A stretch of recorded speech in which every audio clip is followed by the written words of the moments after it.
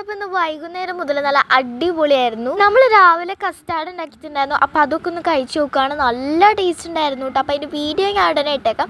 അമ്മായി കാറ്ററിംഗിൽ നിന്ന് വന്നപ്പോൾ കുറേ പായസം കൊണ്ടുവന്നിട്ടുണ്ടായിരുന്നു. അപ്പോൾ അതുകൊണ്ട് നമ്മളൊരു പാലട പായസം ഒരു ഗ്ലാസ് കുടിച്ചു. പാലട പായസം, ക്യാരറ്റ് പായസം, അരിപ്പായസം, ശർക്കര പായസം, അച്ചാറ്, പുളിയിഞ്ചി, അങ്ങനെ എല്ലാതും കൊണ്ടുവന്നിട്ടുണ്ടായിരുന്നു. ഒരു 12 കൂട്ടം കറികളൊക്കെ കൊണ്ടുവന്നിട്ടുണ്ടായിരുന്നു. അതൊക്കെ കൂട്ടിയിട്ട് അമ്മ നല്ല ഉരുട്ടി നല്ല ചോറ് തന്നിട്ടുണ്ടായിരുന്നു കേട്ടോ.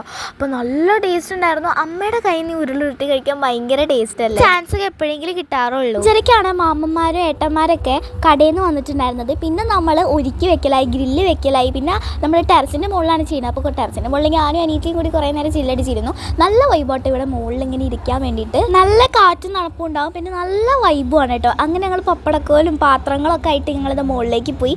കുറേ പീസുണ്ട്. ടോട്ടലി 30 പീസാണ്, 30 പീസാണ് അൽഫാമിൻ്റെ വലുത്. അങ്ങനെ ഇതാ റെഡി ആയിക്കൊണ്ടിരിക്കുകയാണ്. ഞങ്ങളുടെ ആദ്യത്തെ ട്രിപ്പിൽ തന്നെ ഞങ്ങൾ കഴിക്കാൻ വേണ്ടിയിരുന്നു കേട്ടോ.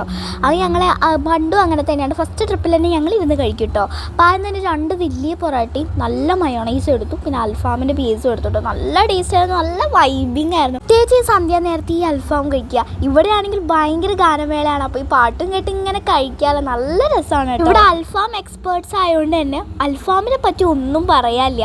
പൊറോട്ട ആണെങ്കിൽ ഭയങ്കര വലുതായിരുന്നു. അതുകൊണ്ട് വയറ് വേഗം നിറഞ്ഞിട്ടുണ്ടായിരുന്നേ. എന്തായാലും സദ്യയായിട്ട് മുഖമൊന്നും കാണാമല്ലോ. അപ്പോൾ എല്ലാവരുടെയും ശ്രദ്ധ ഫുഡിലേക്കായിരുന്നു.